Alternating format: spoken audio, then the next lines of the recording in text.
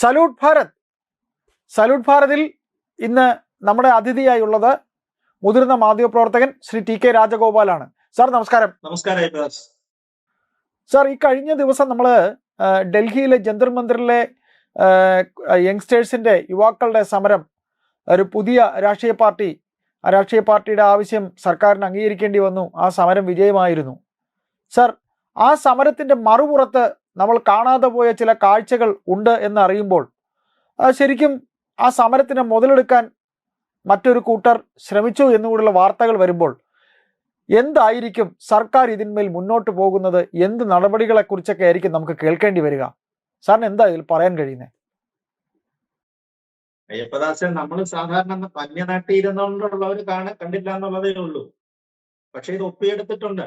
ഇതെല്ലാം ടെലിവിഷൻ ക്യാമറകളും മറ്റ് ഫോണുകളും എല്ലാം, സ്മാർട്ട് ഫോണുകളെല്ലാം ഒപ്പിയെടുത്തിട്ടുണ്ട്. ആരൊക്കെയാണ് അവിടെ സമരം ചെയ്തത്, ആരൊക്കെയാണ് അവിടെ അക്രമം നടത്തിയെന്നുള്ളത് കൃത്യമായിട്ട് കിട്ടിയിട്ടുണ്ട്. പോലീസിന്റെ റെക്കോർഡിംഗ് എല്ലാം നടന്നിട്ടുണ്ട്. അതിന് പോലീസിന്റെയും മറ്റും ഔദ്യോഗിക സംവിധാനങ്ങളൊക്കെ അത് റെക്കോർഡ് ചെയ്തിട്ടുണ്ട്. ഇപ്പൊ അറിയുന്ന പുതിയ വിവരപ്രകാരം, അത് കൺഫർമേഷൻ അല്ല, ചില ദേശീയ മാധ്യമങ്ങളൊക്കെ പറയുന്നതാണ്, ധാരാളം ക്രിമിനൽസ്, അത് വളരെയേറെ ഗുരുതരമായ കുറ്റകൃത്യങ്ങളിൽ പങ്കെടുത്തിട്ടുള്ള ക്രിമിനൽസ് ഈ കുട്ടികളുടെ സമരത്തിനകത്ത് നുഴഞ്ഞു കയറിയിട്ടുള്ളതാണ്. ഏതാണ്ട് 3000-ഓളം ആളുകളെ പോലീസ് ഐഡന്റിഫൈ ചെയ്തിട്ടുണ്ടെന്നാണ് പറയുന്നത്. 3000-ഓളം ക്രിമിനൽസ്, അത് വലിയ കൊലക്കുറ്റമടക്കമുള്ള കേസുകളിലെ ഉള്ള ക്രിമിനൽസ് ആണ് ഇതിനകത്ത് കയറിയിരിക്കുന്നത്. കുറച്ച് സെലിബ്രിറ്റികളും വന്ന് കയറിയിട്ടുണ്ട്. അവരെന്ത് പറഞ്ഞു കഴിഞ്ഞാലും നരേന്ദ്രമോദിക്കും ഗവൺമെന്റ് ഓഫ് ഇന്ത്യക്കെതിരെയും പറയുന്ന കുറച്ച് സെലിബ്രിറ്റികളുണ്ടല്ലോ. സിനിമാ മേഖലയിലാണെങ്കിലും സാഹിത്യ മേഖലയിലാണെങ്കിലും ഒക്കെ ഉള്ള കുറച്ച് ആളുകളുണ്ട്. അവർക്ക് നരേന്ദ്രമോദിയെ അങ്ങനെ ഹിന്ദു തീവ്രവാദിയാക്കുക, ഹിന്ദുപക്ഷവാദിയാക്കുക, BJP സർക്കാരിനെ ചീത്ത പറയുക, അതിൽ നിന്നുള്ള മൈലേജ് ഉണ്ടാക്കുക, അങ്ങനെ കുറച്ച് ആളുകളും ഉണ്ടായിരുന്നു. ഇവരും ഇതിനകത്ത് വന്നുപെട്ടിട്ടുണ്ട്. പലർക്കും നോട്ടീസ് പോവുകയാണ്. അന്വേഷണം വരികയാണ്. മുമ്പേ പറഞ്ഞതുപോലെ കോക്രോച്ച് പാർട്ടി പാർട്ടി ആയിട്ടില്ല, ശരിക്കും ഒരു പാർട്ടിയല്ല, കുട്ടികളുടെ ഒരു കൂട്ടായ്മയാണ്, വിദ്യാർത്ഥികളുടെ ഒരു കൂട്ടായ്മയാണ്. അവർ നീറ്റ് പരീക്ഷയുമായി ബന്ധപ്പെട്ട് തുടങ്ങിയ ഒരു പ്രശ്നമാണത്. അവര് 10-20 ദിവസത്തിലോളം, 20-21 ദിവസത്തോളം ജന്തർ മന്ദറില്, ഡൽഹിയിലെ പ്രധാനപ്പെട്ട സമര കേന്ദ്രത്തിൽ സമരം നടത്തിയിട്ടും സോനം വാങ്ചുക്കിനെ പോലുള്ള ലഡാക്കിൽ നിന്നുള്ള സാമൂഹ്യ പ്രവർത്തകരൊക്കെ പങ്കെടുത്തിട്ടും ഒരു രാഷ്ട്രീയ പാർട്ടിക്കാരും തിരിഞ്ഞു നോക്കാൻ അവിടെ ഉണ്ടായിരുന്നില്ല. സമരം നടത്താൻ ഈ കുട്ടികൾ മാത്രമേ ഉണ്ടായിരുന്നുള്ളൂ. അവരുടെ ജനുവിനായ ആവശ്യമായിരുന്നു. ഇതിന്റെ ഉത്തരവാദിത്വം ഏറ്റെടുത്തുകൊണ്ട് കുട്ടികളുടെ ആത്മഹത്യ തുടർച്ചയായിട്ട് ഈ പരീക്ഷകൾ ഉണ്ടാകുന്ന പ്രശ്നത്തെ മുൻനിർത്തി കേന്ദ്ര വിദ്യാഭ്യാസ മന്ത്രി രാജിവെക്കണം എന്നുള്ളതായിരുന്നു. അത് സർക്കാർ കേട്ടില്ല. സർക്കാർ ആദ്യഘട്ടങ്ങളിൽ ഈ കാര്യത്തിലൊന്നും നിറച്ചു നിന്നിരുന്നു. വേണോ വേണ്ടായോ എന്നൊരു അതായത് ഒരു കീഴ്വഴക്കം സൃഷ്ടിക്കേണ്ടെന്ന് കരുതിയിട്ടായിരിക്കാം എന്ന് തോന്നുന്നു.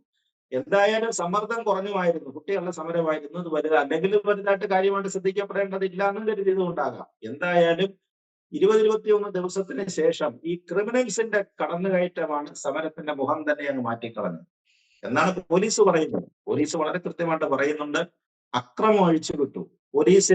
പോലീസിന് നേരെ അക്രമം അഴിച്ചുവിട്ടു. സ്വാഭാവികമായിട്ട് പോലീസ് എതിർക്കും. പോലീസിന് നേരെ അക്രമം വന്നു കഴിഞ്ഞാൽ അവർക്ക് സ്വാഭാവികമായിട്ട് അവരുടെയുള്ള ഉപകരണങ്ങൾ കൊണ്ട് അവരെ ചെയ്യും. ഇപ്പൊ ലാത്തിയാണെങ്കിൽ ലാത്തിനെ പെല്ലറ്റ് ഗൺ വരെ അവിടെ ഉപയോഗിച്ചു എന്നാണ് പറയുന്നത്.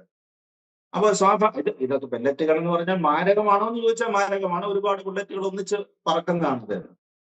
പക്ഷേ സമരവേദികൾ ഉപയോഗിക്കാറുണ്ട്. കാരണം ഡൽഹിയിലൊക്കെ ഇത് ഇപ്പൊ നമ്മുടെ കേരളത്തിൽ പെല്ലറ്റ് ഗൺ ഒന്നും ഉപയോഗിക്കേണ്ട കാര്യമില്ല. കാരണം ഇവിടെ വെള്ളം ചീറ്റി അങ്ങനെയൊക്കെയുള്ള ചില കാര്യങ്ങൾ ചെയ്താൽ മതി. പക്ഷെ ഡൽഹി ഏറ്റവും സെൻസിറ്റീവ് ഏരിയ ആണത്. തന്ത്രപ്രധാനമായ ഏരിയ ആണ്. ഒന്നാമതാകപ്പാടെ 10-50 കിലോമീറ്റർ ചുറ്റളവിലുള്ള ഒരു സ്ഥലമാണത്. ആ ചുറ്റളവിലുള്ള സ്ഥലങ്ങളിൽ എത്ര പ്രധാനപ്പെട്ട മന്ദിരങ്ങളാണുള്ളത്. പ്രധാനപ്പെട്ട മന്ദിരങ്ങളെല്ലാം അവിടെയുണ്ട്. രാഷ്ട്രപതി, ഇന്ത്യയുടെ പ്രധാനമന്ത്രി, ഉപരാഷ്ട്രപതി, സുപ്രീം കോടതി ചീഫ് ജസ്റ്റിസ്, കേന്ദ്ര ആഭ്യന്തരമന്ത്രി, പാർലമെന്റ് മന്ദിരം, എന്ന് വേണ്ട അല്ലേ? എത്ര തന്ത്രപ്രധാനമായ സ്ഥാപനങ്ങളാണ് അവിടെ നിലനിൽക്കുന്നത്, അല്ലെങ്കിൽ വീടുകളാണ്, ഔദ്യോഗിക വസതികളാണ് അവിടെ നിൽക്കുന്നത്. അപ്പൊ അവിടെയൊക്കെ സംരക്ഷണം കൊടുക്കണം. ഒന്നാമത് ബോംബെ തീവ്രവാദി ആക്രമണത്തിന് ശേഷം വളരെ കർശനമായിട്ട്, പാർലമെന്റ് ആക്രമണത്തിന് ശേഷം വളരെ കർശനമാണ് നിയമങ്ങൾ. നമ്മൾ അനാവശ്യമായിട്ട് ഒരു പറഞ്ഞിട്ട് ഒരു കാറ്റടിക്കാൻ പോലും അവിടെ സമ്മതിക്കത്തില്ല. അത്ര തീവ്രതയോടെയാണ് നമ്മുടെ പട്ടാളവും പോലീസും അവിടെ കാവൽ നിൽക്കുന്നത്. അതിനിടയിലേക്കാണ് ഈ സമരക്കാരെ നയിച്ചു കൊണ്ടുവരുന്നത്. കുട്ടികൾ അറിഞ്ഞോ അറിയാതെയാണോ എന്ന് അറിഞ്ഞുകൂടാ. ഒരു പക്ഷെങ്കിൽ അവർ നിർദോഷികളായിരിക്കാം, അവരതിന്റെ മുമ്പിൽ നിന്നു, അവരതിന്റെ സമരത്തിന് മുമ്പിൽ നിന്നു. പക്ഷെ പുറകിൽ നിന്ന ചില ആളുകൾ, ഇതിന്റെ പുറകിൽ നിന്ന ആളുകളാണ് പണി പറ്റിച്ചതെന്നാണ് പറയുന്നത്. നമ്മൾ കണ്ടില്ലേ പോലീസുമായിട്ടുള്ള ഏറ്റുമുട്ടൽ നടന്ന സംഭവങ്ങൾ. പോലീസ് വണ്ടികൾ മറിച്ചിടുകയാണ്, പോലീസ് ഫണ്ട് വാഹനങ്ങൾ മറിച്ചിടുന്നു, അതിന്റെ ചില്ല് തല്ലിപ്പൊട്ടിക്കുന്നു, അതിന്റെ ടയറിന്റെ കാറ്റഴിച്ചു വിടുന്നു, തീയിടാൻ വരെയുള്ള ശ്രമം നോക്കുകയാണ്, തീയിടാൻ വരെയുള്ള ശ്രമങ്ങൾ. അതുപോലെ സർക്കാർ വാഹനങ്ങൾ അടിച്ചു തകർക്കുക, സർക്കാർ ഓഫീസുകൾക്ക് നേരെ കല്ലെറിയുക, ഇതൊന്നും കുട്ടികൾ ചെയ്യുന്ന പ്രവൃത്തികളാണ്. നമ്മൾ കുറച്ച് വിഷ്വൽസ് ഒക്കെ ദേശീയ മാധ്യമങ്ങളിൽ കൂടെയൊക്കെ നമ്മൾ കണ്ടിരുന്നു. ഇതൊന്നും സാധാരണ കുട്ടികൾ ചെയ്യുന്ന പ്രവൃത്തികളല്ല. കാരണം അവരെന്ന് പറഞ്ഞു കഴിഞ്ഞാൽ പ്രൊഫഷണൽ രീതിയിൽ പഠിച്ചു വരുന്ന കുട്ടികളാണ്. ഇപ്പോഴത്തെ പുതിയ സംവിധാനങ്ങളൊക്കെ വെച്ചാണെങ്കിൽ കല്ലും കട്ടയും ഒന്നും അല്ലല്ലോ അവരുടെ സമരായുധങ്ങൾ എന്ന് പറയുന്നത്. പക്ഷേ ഈ ക്രിമിനൽസ് ഉപയോഗിച്ചിരിക്കുന്ന വെപ്പൺസ് ഇതെല്ലാമാണ്, അവരുടെ ആയുധങ്ങൾ ഇതെല്ലാമാണ്. അപ്പൊ അതുകൊണ്ടാണ് അന്നേ സംശയം ഉണ്ടായിരുന്നു ഇതിനിടയിലേക്ക് നുഴഞ്ഞുകയറ്റക്കാരുണ്ടായിട്ടുണ്ട് എന്നുള്ളത്. അതിപ്പോ പോലീസിന്റെ റിപ്പോർട്ട് സാധീകരിക്കുകയാണ്. ഈ മാതിരി രാഷ്ട്രത്തെ ഇത് ആർട്ടിക്കിൾ 370 റദ്ദാക്കിയതിനെതിരെ വരെയാണ് പ്ലക്കാർഡ് പൊക്കിയത്. ആലോചിച്ച് നോക്കി, കുട്ടികൾ നീറ്റ് പരീക്ഷയുമായിട്ട് ബന്ധപ്പെട്ട സമരത്തിനിടയിൽ ഈ തീവ്രവാദ മുദ്രാവാക്യങ്ങളും തീവ്രവാദികൾക്ക് അനുകൂലമായിട്ടുള്ള പ്രഖ്യാപനങ്ങളും വരെയാണ് വന്നിരിക്കുന്നത്. ഇപ്പൊ ഇതിനിടയിൽ ഒരു പോലീസുകാരൻ ഒരു കുട്ടിയെ അടിച്ചു, കരണത്തടിച്ചു എന്നൊക്കെയുള്ള വിഷയങ്ങളിലേക്ക് ഇതിനെ അങ്ങ് ശ്രദ്ധ മാറ്റിക്കൊണ്ട് പോകാനാണ് ശ്രമിച്ചത്. പക്ഷെ എന്താണ് നാട്ടിൽ നടന്നത്? ഇപ്പൊ ഏറ്റവും പുതിയതായിട്ട് വാർത്ത വരുന്നത് കണ്ടില്ലേ, അവിടെ സൗജന്യ വിതരണം നടത്തിയിരുന്നു എന്ന്. ആരൊക്കെയോ ഫുഡ് ഏജന്റ്, ഏതോ ഡെലിവറി ബോയ്സ് കൊണ്ടുവന്നിട്ട്, നമ്മുടെ ഈ സൊമാറ്റോ, സ്വിഗ്ഗി എന്നൊക്കെ പറയുന്നത് പോലെയുള്ള ഡൽഹിയിലെ ഏജൻസികൾ കൊണ്ടുവന്നിട്ട് എല്ലാവർക്കും ഭക്ഷണം കൊടുക്കുകയാണെന്നാണ് പറയുന്നത്. അപ്പൊ ഇത് ആരാണ് സ്പോൺസർ ചെയ്തത് ഇപ്പൊ ആർക്കും അറിഞ്ഞുകൂടാ. ആരോ ഒരാൾ സ്പോൺസർ ചെയ്യുന്നു എന്നാണ് പറയുന്നത്. മെഡിക്കൽ കോളേജിലൊക്കെ കഞ്ഞി കൊടുക്കുന്നത് പോലെ. അതാണല്ലോ മറ്റൊരു വിവാദം. അപ്പൊ അങ്ങനെ ആഹാരം, ഇവർക്ക് 3 നേരവും ആഹാരം ഇങ്ങനെ വന്നുകൊണ്ടിരിക്കുകയാണ്. ആരാണെന്നുള്ളത് അജ്ഞാതന്മാരാണ് ഈ ആഹാരം കൊടുക്കുന്നത്. പക്ഷെ ഇപ്പൊ ചില വാർത്തകൾ പുറത്തു വരുന്നുണ്ട്. ഇതിനകത്തൊരു മലയാളിയും വരെ ഇതിനകത്ത് വന്ന് വീണിട്ടുണ്ട്. ഒരു നിലമ്പൂരുകാരൻ ഒരാള് അയാളുടെ കുറച്ച് തൊഴിലാളികളെ സ്ഥിരമായിട്ട് ഇത്തരം ചില ഓപ്പറേഷൻസിനൊക്കെ ഉപയോഗിക്കുന്നെന്നാണ് പറയുന്നത്. അവരുടെയൊക്കെ ചിത്രങ്ങളൊക്കെ ചില മാധ്യമങ്ങൾ കാണിക്കുന്നുണ്ട്. നമുക്കതിന്റെ ഔദ്യോഗിക കൺഫർമേഷൻ കിട്ടിയിട്ടില്ല. അവര് സ്ഥിരമായിട്ട് ഫ്ലൈറ്റ് ടിക്കറ്റ് എടുത്ത് ഇനി പോന്നിരിക്കുകയാണ്. വിദേശ രാജ്യങ്ങളിൽ ജോലി ചെയ്യുന്ന ആള് കമ്പനി അടച്ചിട്ടേച്ച് തൊഴിലാളികളെ ഇന്ന് പറഞ്ഞു വിട്ടിരിക്കുകയാണ്, ഇവിടെ പോയി ഡൽഹിയിൽ പോയി സമരം ചെയ്തോളാൻ. എന്താണിത്? കുട്ടികളുടെ സമരമായിട്ട് ബന്ധപ്പെട്ടതാണോ ഇത്? ഗവൺമെന്റ് കർശനമായ നടപടിയിലേക്ക് പോവുകയാണ്, അതികർശനമായ നടപടിയിലേക്ക്. സർ, 101 കൊലക്കേസ് പ്രതികൾ വരെ ഉണ്ടായിരുന്നു പറയുന്നത്. 101 കൊലക്കേസ് പ്രതികൾ വരെ ഈ ജന്തർ മന്ദിറിലെ പ്രകടന സ്ഥലത്ത് ഉണ്ടായിരുന്നു എന്ന റിപ്പോർട്ടോടെ ഞെട്ടിപ്പിക്കുന്ന റിപ്പോർട്ടാണ് സാർ അത്. അതൊക്കെ പുറത്തു വരുന്നുണ്ട്. ഇന്റലിജൻസ് റിപ്പോർട്ട് ഇതിലും ഭീകരമാണ്. IBയുടെ റിപ്പോർട്ട് ഇതിലും വലിയ ഭീകരമായിട്ട് റിപ്പോർട്ടുകളാണ് വന്നുകൊണ്ടിരിക്കുന്നത്. ശക്തമായ ചാർജ് ഉണ്ടാകണമെന്നാണ് പറയുന്നത്, അതിശക്തം. എന്നാണ് ഞാൻ പറഞ്ഞില്ലേ, 3000-ഓളം ക്രിമിനൽസ് ആണ്, പല പശ്ചാത്തലമുള്ള കൊലക്കേസ് പ്രതികൾ അടക്കമുള്ള പശ്ചാത്തലമുള്ള ആളുകളാണ് വന്നിരിക്കുന്നത്. അപ്പോഴാണ് അപ്പൊ നമ്മളൊന്ന് ഈ സമരത്തിന്റെ ദിനങ്ങളൊന്ന് 2-3 ദിവസം കൂടെ നീണ്ടുപോയിരുന്നെങ്കിൽ ചിലപ്പോ രാജ്യ തലസ്ഥാനത്തിന് മറ്റു പല കാഴ്ചകൾ നമ്മൾ കാണേണ്ടി വന്നിനെ, അല്ലേ സാർ? തീർച്ചയായിട്ടും. അതുകൊണ്ടാണ് പ്രധാനമന്ത്രി രാത്രി തന്നെ ആഹ്വാനം നടത്തിയത്. അദ്ദേഹം രാത്രി തന്നെ ലൈവിൽ വന്നിട്ട് പറഞ്ഞത് അതുകൊണ്ടാണ്. അദ്ദേഹത്തിന് മനസ്സിലായി, കുട്ടികളെ മുൻനിർത്തി, കുട്ടികളെ നമ്മൾ പറയത്തില്ല, അതിനെ കൊണ്ട് ചോറ് വാരിക്കുക എന്നുള്ള സമ്പ്രദായമാണ് ഇവിടെ നടക്കുന്നത്. ഇതിനിടയിലേക്ക് ധാരാളം ആന്റി സോഷ്യൽസ് കയറി. മണിപ്പൂരിലെ പോലത്തുള്ള സംവിധാനങ്ങളാണ്. മണിപ്പൂരിലെ കലാപം നേടാൻ നമ്മുടെ പട്ടാളത്തിന് മുന്നോട്ട് പറ്റുന്നില്ല. കാരണം തോക്കും ചൂണ്ടി ചെല്ലുമ്പോഴത്തേക്ക് ഇന്ത്യൻ പൗരന്മാരായ സ്ത്രീകളെയാണ് അവർ പിടിച്ച് മുന്നിൽ നിർത്തുന്നത്, അല്ലേ? സ്ത്രീകളെ മുന്നിൽ നിർത്തി കഴിയുമ്പോൾ അതുകൊണ്ടല്ലോ മണിപ്പൂർ പ്രശ്നം ഒരു കാലത്തും പരിഹരിക്കാതെ, നമ്മുടെ പട്ടാളത്തിനോ പോലീസിനോ പരിഹരിക്കാൻ പറ്റാതെ കിടക്കുന്ന ആ ഒരു നീക്കം കൊണ്ടാണ്. അതാണ് അവരുടെ തന്ത്രം, ഷീൽഡാക്കി കളയുക എന്ന് പറഞ്ഞ തന്ത്രമാണ്. കുട്ടികളെ ഷീൽഡാക്കിയോ എന്നാണ് നമുക്ക് ഇപ്പൊ കാണുമ്പോൾ, റിപ്പോർട്ടുകളും വാർത്തകളും കാണുമ്പോൾ നമുക്ക് സംശയിക്കുന്നത്. അവരെ പിടിച്ച് മുന്നിൽ നിർത്തുകയാണ്. അതുകൊണ്ടാണ് കുട്ടികളോട് ഇപ്പൊ എല്ലാവരും അഡ്വൈസ് ആണ്, കുട്ടികളെ ഇത് കുട്ടിക്കളിയല്ല, നിങ്ങൾ ഈ സമരം ഇത് പറഞ്ഞിട്ട് നിങ്ങളുടെ ആവശ്യം നേടിക്കഴിഞ്ഞു, ഇനി നിങ്ങൾ പിരിഞ്ഞു പോകണം. ഇപ്പൊ അടുത്ത സമരം പ്രഖ്യാപിക്കപ്പെട്ട E20 എത്തനോൾ ബ്ലൻഡഡ് പെട്രോളുമായിട്ട് ബന്ധപ്പെട്ട സമരം അടുത്ത് പ്രഖ്യാപിച്ചിരിക്കുകയാണ്. എന്താണ് ഇതിന്റെ ഉദ്ദേശം? അപ്പൊ അങ്ങനെ കുറച്ച് വ്യാഖ്യാനങ്ങൾ വരുന്നുണ്ട്. അപ്പൊ അവിടെ അതിനാണ് ഇപ്പൊ നിതിൻ ഗഡ്കരി, ഇതിന്റെ ചുമതലയുള്ള മന്ത്രി, സർഫസ് മന്ത്രി വന്നിട്ടുണ്ട്. അദ്ദേഹം രംഗത്ത് വന്നിരിക്കുന്നത്. അദ്ദേഹത്തിന്റെ കുടുംബത്തിനെതിരെയുമാണ് ഇത്തരം ആരോപണങ്ങളിലേക്ക് നീണ്ടുന്നത്. അപ്പൊ ഒരു പ്രക്ഷോഭം കഴിഞ്ഞു. പ്രധാനമന്ത്രി അക്കാര്യത്തിൽ വിവേകപൂർവമായ തീരുമാനമെടുത്തു.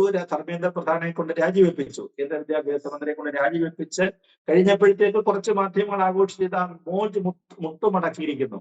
മോദിക്ക് ഇത്രയും കാലം മുട്ടുവേദനയാണെന്ന് തോന്നുന്നു. അതിന് മുട്ടിനെന്തോ ഓപ്പറേഷൻ കഴിച്ചിരിക്കുന്നത് പോലെയാണ് ചില മാധ്യമങ്ങളുടെ ഘോഷണങ്ങൾ നമ്മൾ കണ്ടത്, അല്ലേ? മോദി കുഴമ്പ് വരട്ടിയിരിക്കുകയായിരുന്നു, ഫിസിയോതെറാപ്പി ചെയ്ത ശേഷം ഇത് അദ്ദേഹം ആദ്യമായിട്ട് മുട്ടുമടക്കിയിരിക്കുന്നു എന്നൊക്കെ പറഞ്ഞിട്ടാണ്. ഇത്തരത്തിൽ ബാലിശ പറഞ്ഞില്ലേ, ഒരുതരം വിവേകമില്ലാത്ത പ്രസ്താവനകളാണ് ഓരോരുത്തർ നടത്തിക്കൊണ്ടിരിക്കുന്നത്. ഇതിനെ തുടർന്നാണ് ഇപ്പൊ രണ്ടാമത്തെ മുദ്രാവാക്യമാണ് E20 പെട്രോൾ. E20 പെട്രോളിനെതിരെയാണ് അടുത്ത പാറ്റ സമരം വരുന്നത്. ഇത് ഡൽഹിയിൽ മാത്രമല്ല, ഇപ്പൊ ഇത് ഒടുങ്ങി നിന്നിട്ടില്ല. ഇപ്പൊ പഞ്ചാബ്, ആപ്പ് ഭരിക്കുന്ന പഞ്ചാബിൽ എന്തെല്ലാം നടന്നത്? പഞ്ചാബിൽ ചോദ്യപേപ്പർ ചോർന്നില്ലേ? വ്യാപകമായ പ്രക്ഷോഭം ഉണ്ടായില്ലേ? പശ്ചിമ ബംഗാളിൽ എന്താണ് നമ്മൾ കണ്ടത്? പശ്ചിമ ബംഗാളിൽ ഒരു കൂട്ടം തെരുവിലിറങ്ങിയിട്ട് ഈ അക്രമം അഴിച്ചുവിടുകയാണ്. അപ്പൊ മമതയുടെ ഭരണം കൊണ്ട് അത് ആ കാര്യങ്ങളൊക്കെ തീർന്നു എന്ന് കരുതിയതാണ്. പക്ഷേ ലോ ആൻഡ് ഓർഡർ കയ്യിൽ നിന്ന് പോകത്തക്ക സാഹചര്യങ്ങളിലേക്കാണ് അവിടെ കഴിഞ്ഞ ദിവസം തെരുവിറങ്ങി നമ്മൾ കണ്ടത്. അസമിലും അതും ഉണ്ടായി. കർശന നടപടിയാണ്. പിന്നെ ഇതിനകത്ത് പങ്കെടുത്തവരുടെ എല്ലാം നമ്മൾ പറഞ്ഞ കുടുംബം വെളുപ്പിക്കുന്ന നിയമങ്ങളാണ് ഇതിനകത്ത് വന്നിരിക്കുന്നത്. പണ്ടത്തെ പോലെ വണ്ടിക്ക് കല്ലെറിയുക, അല്ലെങ്കിൽ തീ വെക്കുക, അല്ലെങ്കിൽ വടിവാളും കൊണ്ട് നടന്നിച്ചത് വെട്ടിയേച്ച് തിരിച്ചു പോകാന്നുള്ള പരിപാടിയൊന്നും ഇന്നത്തെ കാലത്ത് നടക്കത്തില്ല. നിയമം വളരെ കർശനമാണ്.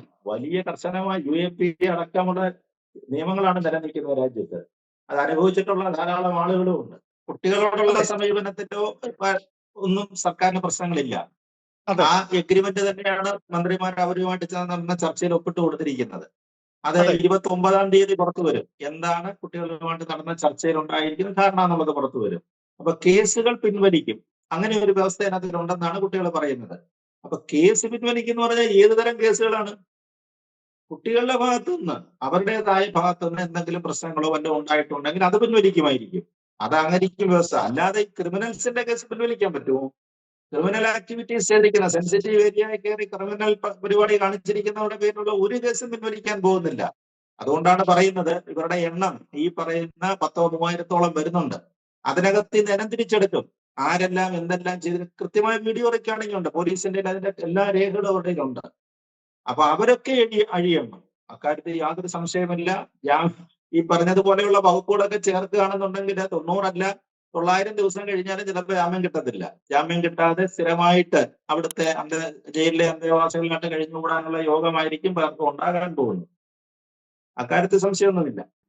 സാർ, ഏതായാലും നമ്മൾ ഇതിന്റെ ഈ സമരത്തിൽ ഇപ്പോൾ ധർമ്മേന്ദ്ര പ്രധാൻ എന്ന മുൻ വിദ്യാഭ്യാസ മന്ത്രി രാജിവെച്ചു, സർക്കാർ മുട്ടുമടക്കി എന്നൊക്കെ പറയുമ്പോഴും ശരിക്കും ഇതിൽ മോദി സർക്കാർ മുട്ടുമടക്കി എന്നൊക്കെ പറയാൻ കഴിയുമോ? അതുകൂടെ ഒന്ന് പറയാമോ സാർ? ഒരു സമരം, ഒരു പ്രക്ഷോഭം, അതിനെ ശരിക്കും അതിന്റെ മാനത്തിൽ കണ്ട് അതിന് വേണ്ടതല്ലേ ഇപ്പൊ ഈ ചെയ്തിരിക്കുന്നത് എന്ന് തോന്നുന്നു സാർ. അതുകൂടെ ഒന്ന് പറയൂ സാർ. അതുകൂടെ പറഞ്ഞുകൊണ്ട് നമുക്ക് അവസാനിപ്പിക്കാം. അവര് ജെനുവിനായിട്ടുള്ള ഒരു ആവശ്യമാണ് ഉന്നയിച്ചതെന്ന് അദ്ദേഹത്തിന് ബോധ്യമായിരിക്കുന്നു. അദ്ദേഹത്തിന്റെ മിനിസ്ട്രിയിലുള്ള ആളുകളുമായിട്ടൊക്കെ ചർച്ച ചെയ്ത സമയത്തിന് ശേഷവും മറ്റു എല്ലാവരും ഏകണ്ഠമായിട്ട് പറഞ്ഞൊരു തീരുമാനമായിരിക്കും. അല്ലാതെ പ്രധാനമന്ത്രി ഒരു ദിവസം രാത്രി വന്നിച്ച് പറയത്തില്ലല്ലോ, ഈ കാര്യങ്ങളൊക്കെ തീർക്കണമെന്ന് പറയത്തില്ലല്ലോ. നല്ല തീരുമാനങ്ങളുണ്ടായി. അതൊരു നല്ലതിന്റെ പോസിറ്റീവിനെ പോസിറ്റീവായിട്ട് കാണണ്ടേ? അപ്പൊ ആർക്കും ഇത് തീർന്നതിൽ ആർക്കോ ബുദ്ധിമുട്ടുണ്ട്. അതാണ് ഇപ്പൊ ഇതിനകത്ത് നമ്മൾ മനസ്സിലാക്കേണ്ടത്. അതായത് കേന്ദ്ര സർക്കാരും പ്രധാനമന്ത്രി ഇടപെട്ട് ധർമ്മേന്ദ്ര പ്രധാനെ രാജിവെപ്പിച്ച് സമരം അവസാനിപ്പിച്ചതിൽ ആർക്കോ ബുദ്ധിമുട്ടുണ്ടായിട്ട് ജന്തർ മന്ദിറിലടക്കം ഇന്ത്യയിലെ പല സംസ്ഥാനങ്ങളിലും തമ്പടിച്ചിരുന്ന, അല്ലെങ്കിൽ ഇന്ത്യ രാജ്യത്തെ അസ്ഥിരപ്പെടുത്താനും രാജ്യത്തിന്റെ ഐക്യത്തിനും അഖണ്ഡതയ്ക്കും എതിരെ വീണ്ടും പഴയതുപോലുള്ള കലാപരിപാടികളൊക്കെ തുടങ്ങാനായിട്ട് സംവിധാനങ്ങളൊക്കെ ഒരുക്കി വെച്ചിരുന്ന ആളുകൾക്ക്, അവർക്കാണ് ഇതിനകത്ത് ബുദ്ധിമുട്ടുണ്ടായിരിക്കുന്നത്. അതുകൊണ്ട് കുട്ടികളുടെ ഐതിഹാസികമായ വിജയം തന്നെയാണ്. അക്കാര്യത്തിൽ യാതൊരു സംശയവുമില്ല. അതിനെ നമ്മൾ അങ്ങനെ തന്നെ അതിന്റെ ഒരു പോസിറ്റീവ് വശം കാണും. ഇന്നിപ്പോ ബില്ല് വരികയാണ്. ഇതിന്റെ സമഗ്രമായ വിദ്യാഭ്യാസ മേഖലയിലുള്ള പരിഷ്കാരങ്ങൾ, നീറ്റ് എക്സാമിനേഷൻ അടക്കമുള്ള കാര്യങ്ങളിലുള്ള സമഗ്രമായ പരിഷ്കരണ ബില്ല് ഇപ്പൊ പാർലമെന്റ് നമ്മൾ സംസാരിക്കുന്ന സമയത്ത് ബില്ല് പൈലറ്റ് വന്നിട്ടുണ്ട്, സഭയിൽ വന്നിട്ടുണ്ട്, അതിന്റെ ചർച്ച നടക്കുകയാണ്. അപ്പൊ അങ്ങനെ അത്തരത്തില് നമ്മുടെ കുട്ടികളുടെ, നമ്മുടെ രാഷ്ട്രത്തിന്റെ ഭാവിക്ക് വേണ്ടിയുള്ള കാര്യങ്ങളിൽ സർക്കാർ കൃത്യമായ കാര്യങ്ങൾ ചെയ്യുമ്പോൾ പോലും ഈ മാതിരി ആന്റി സോഷ്യൽസിന്റെ കയ്യിലേക്ക് രാഷ്ട്രത്തെ തള്ളിവിടാനായിട്ടാണ് ഒരു വിഭാഗം സംഘടിതമായിട്ട് ശ്രമിക്കുകയാണ്. അതിൽ നമ്മൾ പറഞ്ഞില്ല, അതിപ്പോ മോദിയോടും അമിത്ഷായോടും ഇത്തരം കളികളൊന്നും വേണ്ട. അതാണ് അവര് പാഠം തെളിയിച്ചിട്ടുള്ള ആളുകളാണ്. അവർ ഒരുപാട് കണ്ടതാണ്, ഒത്തിരി കണ്ട നേതാക്കന്മാരാണ്, അല്ലെ? അവര് 3 ടൈമിലായിട്ട് 15 വർഷം ഗുജറാത്തിൽ ഇരുന്നത് കണ്ടതാണ്. രണ്ട് തവണയായിട്ട് ഇന്ത്യയിൽ ഒരു കണ്ടതാണ്. അപ്പൊ അവരോട് അത്തരം കളിക്കൊന്നും പോകാതിരിക്കുകയാണ് നല്ലത്. ഇല്ലെങ്കിൽ ഈ പറഞ്ഞിട്ട് ജയിലുകളുടെ എണ്ണം തികയാതെ വരും, അതേ ഉണ്ടാകത്തുള്ളൂ. സംഭവിക്കാൻ പോകുന്നത് അത് തന്നെയായിരിക്കും. ഏതായാലും സാർ നമുക്ക് കുറച്ചുകൂടെ ഒന്ന് കാത്തിരിക്കാം. എന്തൊക്കെയായിരുന്നു ഇതിന്റെ പിന്നിൽ, ഇവിടെ പിന്നാമ്പുറത്ത് നടന്നത്, എന്തൊക്കെയായിരുന്നു ആരൊക്കെ ചില കണക്കുകൂട്ടലുകൾ. ഏതായാലും സാറ് പറഞ്ഞതുപോലെ പരിചയസമ്പന്നത രാഷ്ട്രീയ രംഗത്ത് ഗുജറാത്തിലും ഇപ്പോൾ ഇന്ത്യയിൽ അദ്ദേഹം ഭരിക്കാൻ തുടങ്ങിയിട്ട് 10 വർഷം കഴിഞ്ഞു. ഗുജറാത്തിൽ അദ്ദേഹം നേരത്തെ മുഖ്യമന്ത്രി ആയിരുന്നതാണ്. നമുക്ക് നോക്കാം എന്തൊക്കെയാവും, എന്തൊക്കെയായിത്തീരും, എന്തൊക്കെ നടപടികൾ എടുക്കും ഈ കാര്യത്തിൽ എന്നുള്ളത്. നന്ദി. Thank you sir.